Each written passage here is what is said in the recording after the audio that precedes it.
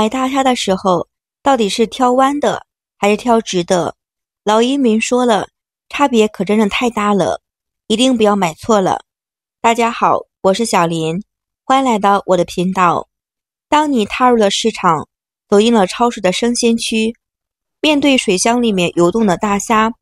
冰冻的大虾，一只又一只的，是否我们犹豫，到底该选择大身体笔直的直虾，还是选择自然弯曲成弓形的弯虾？从表面上看，两者没有什么比较大的差别，外观完整，色泽将近，容易让人觉得只是因为方向摆错了不同。然而，看似微不足道的形态区别，实则暗藏着玄机，背后隐藏着关于新鲜度。弯虾顾名思义，是指虾体呈现出来自然的弧度，形如拉满之弓的虾。这样的弯曲并非是外力的所致，而是虾在刚刚的没有了活力之后，肌肉上有活性的蛋白质收缩形成的生理现象，俗称是我们的僵尸肉。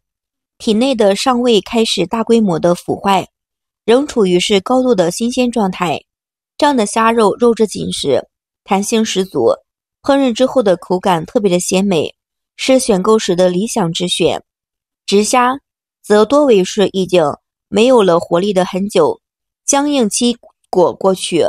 随着时间的推移，虾体内的蛋白质进一步的去分解，肌肉组织彻底的松弛，原本的弯虾形状被拉直，最终成了笔直的形状。这样的虾经历了反复的冷冻与解冻，其内部的结构遭到了很多的破坏，也极为是导致了虾身的变质。更需要警惕一些不良的商贩，为了掩盖住虾已经变质的事实，故意把我们的虾摆放成了一个模样，企图是整齐美观，误导消费者。这样的虾不仅是风味大减，肉质松散没有弹性，我们吃的时候也会滋生细菌，口感也不好的。挑选大虾的时候，勿被表面的笔直口感颜色诱惑掉。真正的新鲜虾应该是那一只只的弓背含劲，形如新月的弯虾。它们虽不那么的规整，却温藏着原始的生命痕迹与纯粹的海洋鲜味儿。那些过于笔直毫无生气的直虾，则更像是时间留下来的残影，提醒着我们从鲜都是靠这些装点一点一点来的，而是由内外二流出来的流露。下次在面对了弯虾与直虾的选择，一定要记住了，弯着的虾是鲜活的，直的虾是没有的活力的虾，我们要选择直虾是对的。那么你知道平时该如何去挑选新鲜的大虾吗？面对了琳琅满目的虾的商品，该选择哪一种虾比较理想？怎么去选择更加的保证了虾的新鲜而且美味儿？让我们从最核心的标准谈起，如何的挑选我们品质上好的大虾。一、务必挑选肉质紧实的大虾。真正新鲜的虾，即便是刚刚离水没有多久，内部的组织仍然保持着良好的紧致，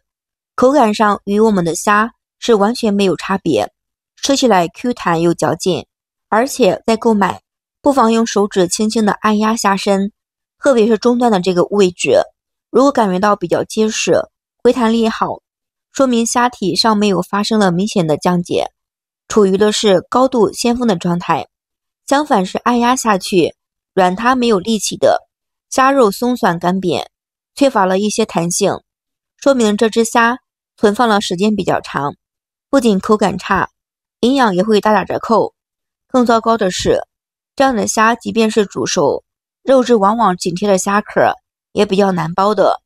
严重的影响到我们的进食的口感。二、重点关注一下我们虾的颜色，应该选择通体透明，泛着青青的青色大虾。鲜活的优质大虾外壳清澈透亮，呈现出自然的青绿色调，透过了外壳的看出来的隐约内部的一些肌肉的纹理，虾线的走向，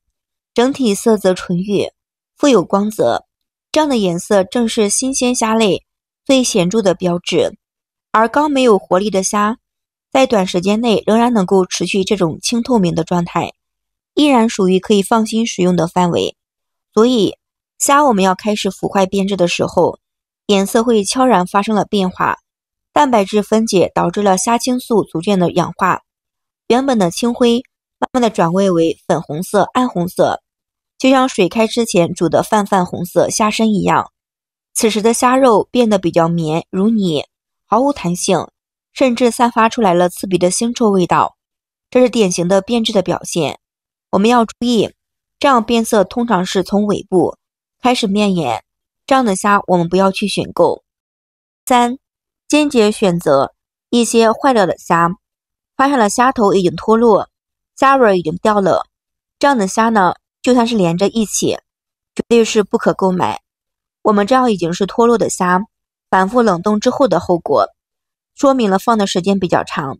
新鲜度呢大打折扣。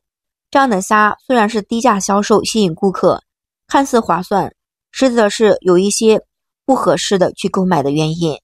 风味会丧失，可能会滋生了细菌，而且食用之后也会引发了肠胃不适，也会导致了腹泻、食物的中毒现象。为了健康着想，哪怕价格再低，也不能够贪图便宜就购买这样的虾。经过上面的说了，挑选大虾并非是随意选择，而是一场对眼力、手感经验的综合考虑。只要牢牢地把握住肉质紧实、色泽清透、形态完整这几个步骤，能够买到非常好的大虾，新鲜完美的大虾。你知道我们在挑选基尾虾的时候，应该选择哪一种比较好吗？其实呢，并不是随便一抓、